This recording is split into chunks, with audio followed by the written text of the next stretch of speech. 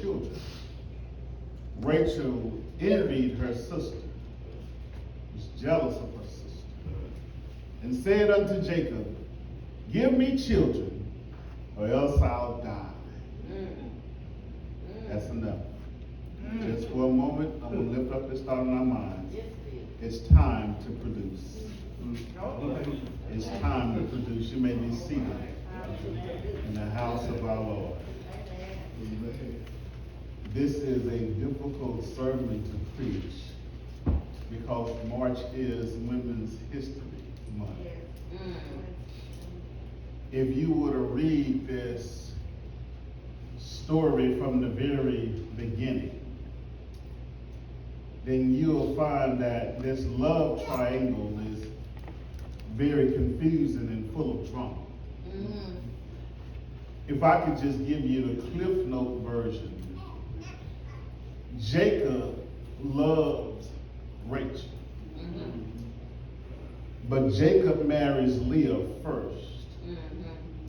Leah loves Jacob, but Jacob don't love Leah because she's ugly. And Jacob marries Rachel next, who is her sister. And Jacob is their cousin. And Leah and Rachel can't stand each other, but they're sisters. This is the sequel to the original soap opera called Baby Mama Drama, starring Abraham, Sarah, and Hagar. Jacob is the benefactor of this three-way love affair simply because he pays the bills. He's the promised one, the golden child, the last of the trifecta of the patriarchs, where the promise of Abraham, his grandfather, will start to come into fruition. Jacob has two wives, these two sisters, who are his cousins, but the Bible said that Jacob loved Rachel more. It is befitting, since the first time he met Rachel, he kissed her and fell in love with her, and he actually got Leah's hand in marriage through trickery.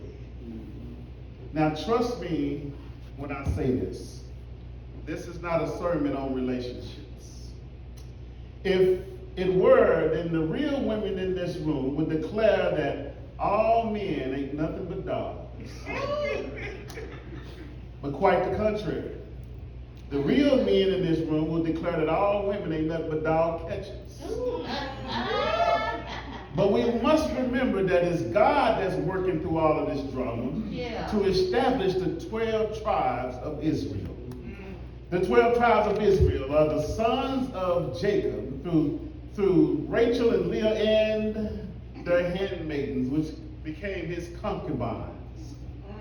The name Israel came from when God changed Jacob's name from Jacob the trickster to Israel. And God remembered his covenant with Abraham, Isaac, and not Israel, but Jacob. And to the point where Moses came to rescue the Israelites from Egypt. And on Mount Sinai, they got the Torah, they got the rules and the regulations to live out this covenant with God. And after wandering for 40 years in the desert, Moses leads them to the tip of the promised land, and Joshua takes over, and now they're in the land of the promise. But as I navigate through this reality series, let's focus on Rachel. We'll do Leah next week. The youngest, the prettiest of the two sisters. The first to kiss Jacob, but her world was turned upside down when she saw Leah coming out of Jacob's tent that morning and what was supposed to be her wedding night consummation. Can you imagine the heartbreak? You must remember, in the ancient times in this text, a woman's worth was not solidified until she convinced society that she could birth children. So children became the litmus test for a woman's worth. And often in our society, a woman's worth is determined by what they don't have. As a result, Rachel suffers from low self-esteem. Rachel was a good-looking woman who had a husband who loved her, but the Bible said when Rachel saw that she was not bearing Jacob any kids, she became jealous of her sister. Jacob knew that Rachel couldn't give any children, but he didn't reduce her down to what she couldn't do because he loved her. But all of that means nothing when you don't love yourself. Oh, can I preach in here? It's easy for you to become jealous and vindictive when you don't love yourself. Your low self-esteem comes from placing a value that's lower than what other people have placed on you. Everyone lacks confidence occasionally, but people with low self-esteem are unhappy or unsatisfied with themselves most of the time. See, the fact that you haven't produced doesn't mean that your story is over. Grandmother would say it like this: please be patient with me. God is not through with me yet. Yeah, but the love of her husband is not good enough for her. And all she wants to do is produce. To rub salt in the wound, her sister Leah is a baby-making machine. Yeah, it seems like every time her and Jacob get close to the bed, a baby pops out. This became some type of procreation competition. It wasn't until Leah gave Jacob his fourth son that Rachel figured out that she was barren. She can't have any children. So in Genesis 30:1, she said to Jacob, "Give me children or I'll die." If truth be told, we may have many Rachels in this room today.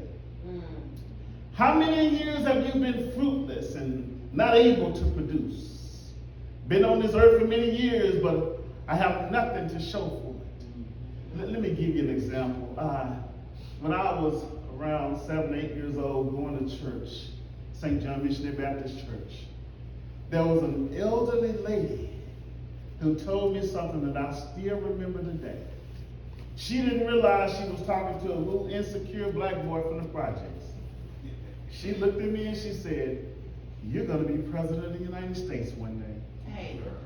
Now you got to understand that lit a light inside. It's called production. Now, what even have you done to be productive in society?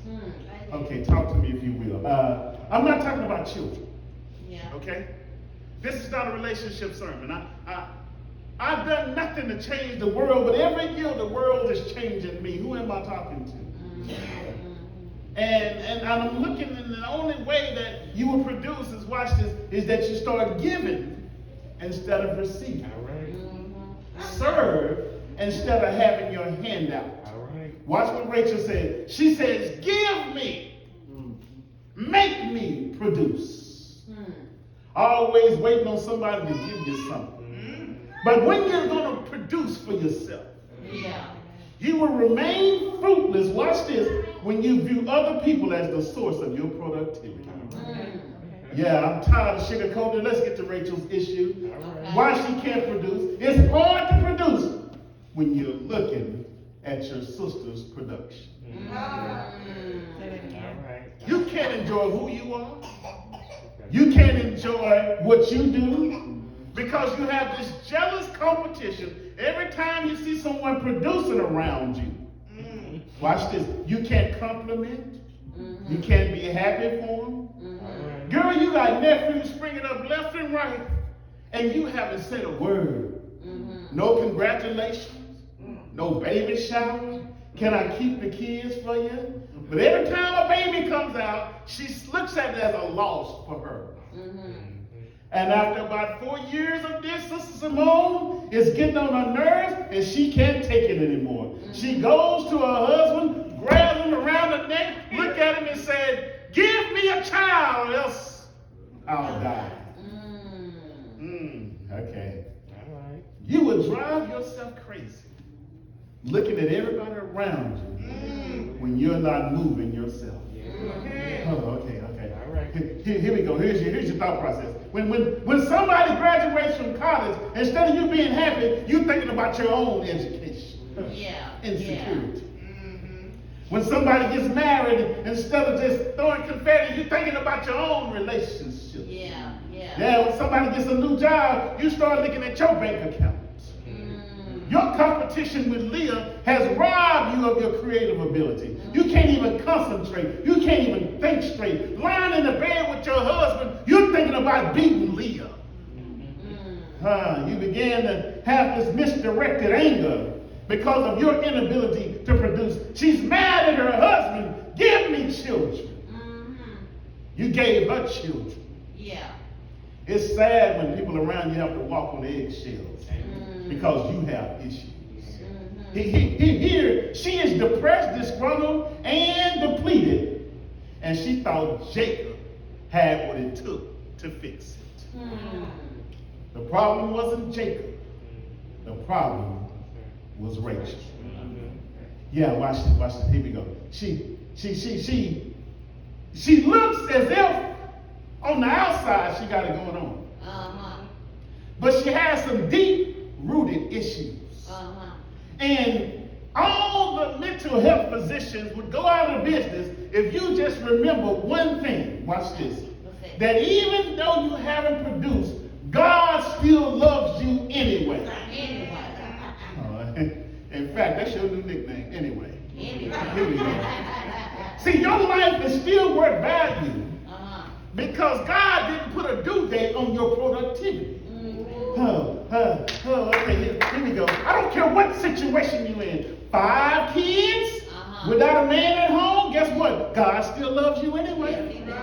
2 failed marriages, guess what? God still loves you anyway. Had a child out of wedlock, God still loves you anyway. Aborted a child when you was a teenager, guess what? God still loves you anyway. Oh, okay. I see some of y'all back there acting sedity. Okay, can I reach y'all? Yeah, you're a member of the church. You know you love God. But every now and then, if somebody crosses you sideways, you'll still cuss them out. But guess what? God still loves you anyway. Having a bad day when you get out of work, every now and then you want to drink something strong. But guess what? God still loves you anyway. Aren't you glad today that our God is not like the people in our society? Yeah, watch this, that with all of your scars and trauma and all your vulnerability, God still loves you anyway. In fact, I'm so ready to produce right now, I have to say, anyway you bless me, Lord, I'll be satisfied.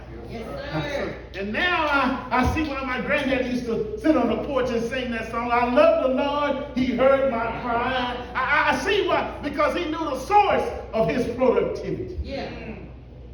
Is there anybody here who can testify like the gospel of Tony Braxton? I love me some him. I love the Lord.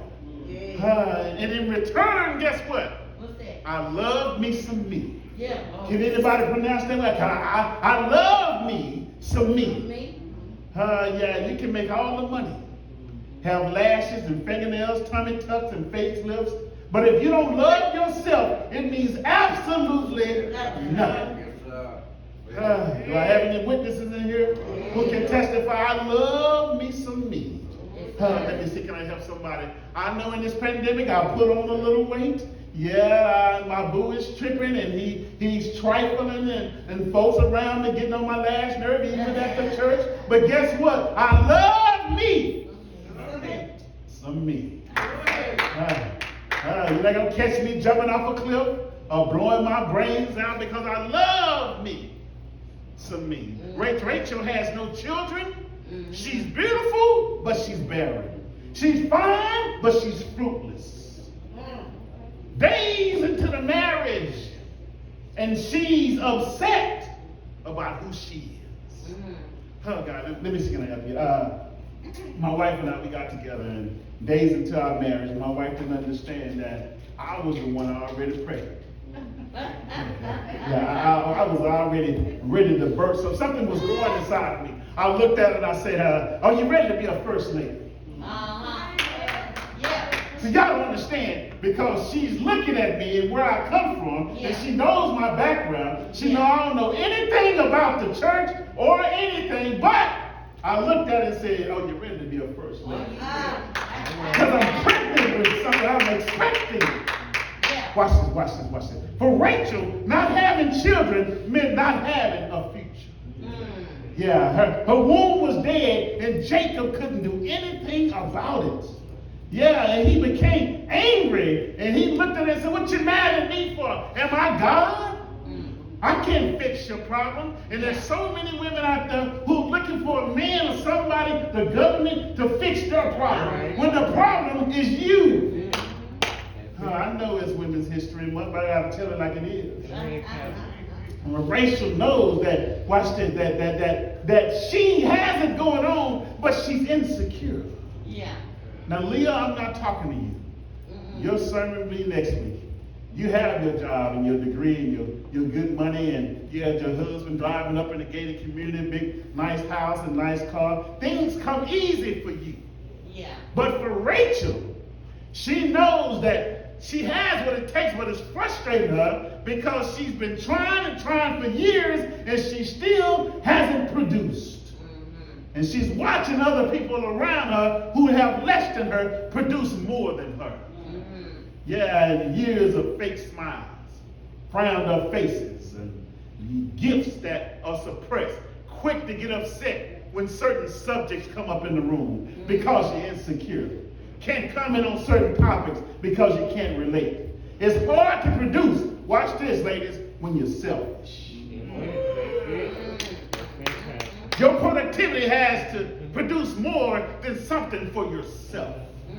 When you produce, it should make the world around you better. When you're giving your time, your energy, and your resources to make somebody else's life better, that's when you are productive. Yeah, you need to produce something that will yield fruit long after you're gone. Your way of life, your thought process, your work ethic. What are you showing your grandchildren? Your generational wealth, your dedication, your generational way of living. What are they going to say long after you're gone? Are they going to say, I did it like my granddaddy did it, I did it like my grandmother did it? Rachel had her issues, but guess what? What's that? She was a God-fearing woman. Let me see, can I have a Bible study? Come here. When she finally figured out that God was the source of her productivity, watch this, God opened up her womb. Let me see.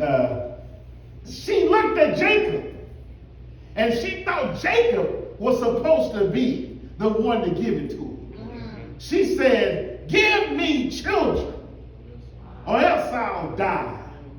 Okay, watch this, watch this. But her faith changed when she stopped using Jacob as the source of her productivity. Here we go. Leah, her son, brought in some mandrakes. Come here, Bible study. Y'all know what I'm talking about. And in those times, mandrakes, y'all, were thought to be fertility herbs.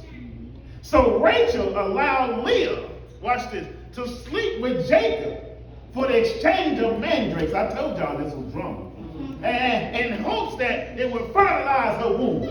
Y'all didn't get it, did you? Okay, let me try to put it as plain as I can. Leah is sitting there. She's married to Jacob. But she can't go sleep with Jacob because Rachel is so good looking. She said, I know you're married to her, but don't let her touch you. So she's over there, but Leah's son comes in with some mandrakes.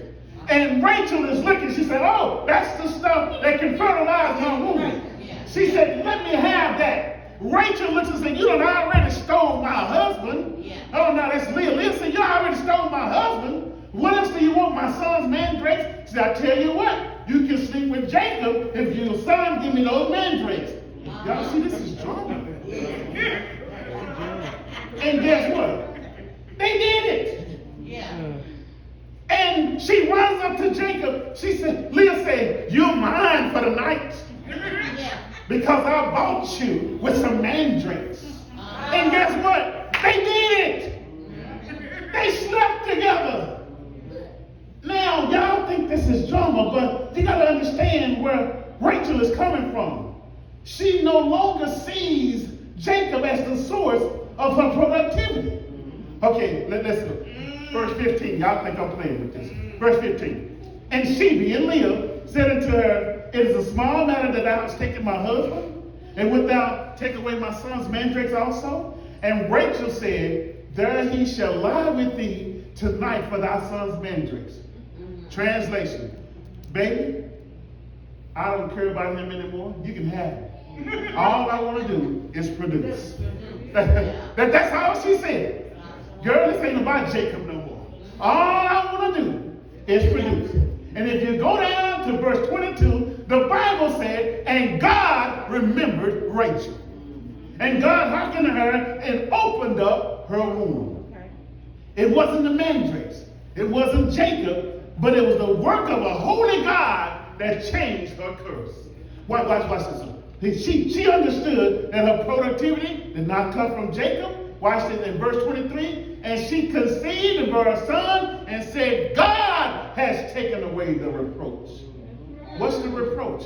That's that low self-esteem. Yeah. That's the shame. Watch this. The shame that I had running around here thinking that people were better than me. Just because you have more than me don't make you better than me. The shame that I had when I thought that a man defined me. And she called his name Joseph. She realized that her security was in God and not in Jacob. In fact, she became so secure, she started prophesying. Look at verse 24. Watch this. She said, the Lord shall add me another son. Y'all see it? Yeah. Girl, you ain't through having this one. And all of a sudden you prophesying.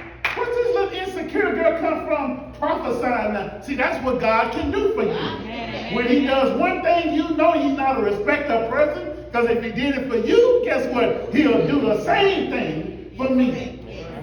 Watch this. She stopped worrying about what Leah was doing with Jacob. Then she could see what God was doing with Rachel.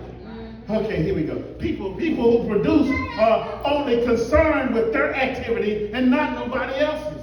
I don't have time to be worried about you. I'm too busy praying about what God is going to do for me. Okay, if those of you in here who know that there's something inside of you, can I help you right quick? You've seen your world and you know there's something inside of you and you're about to give birth to something. What are you afraid of?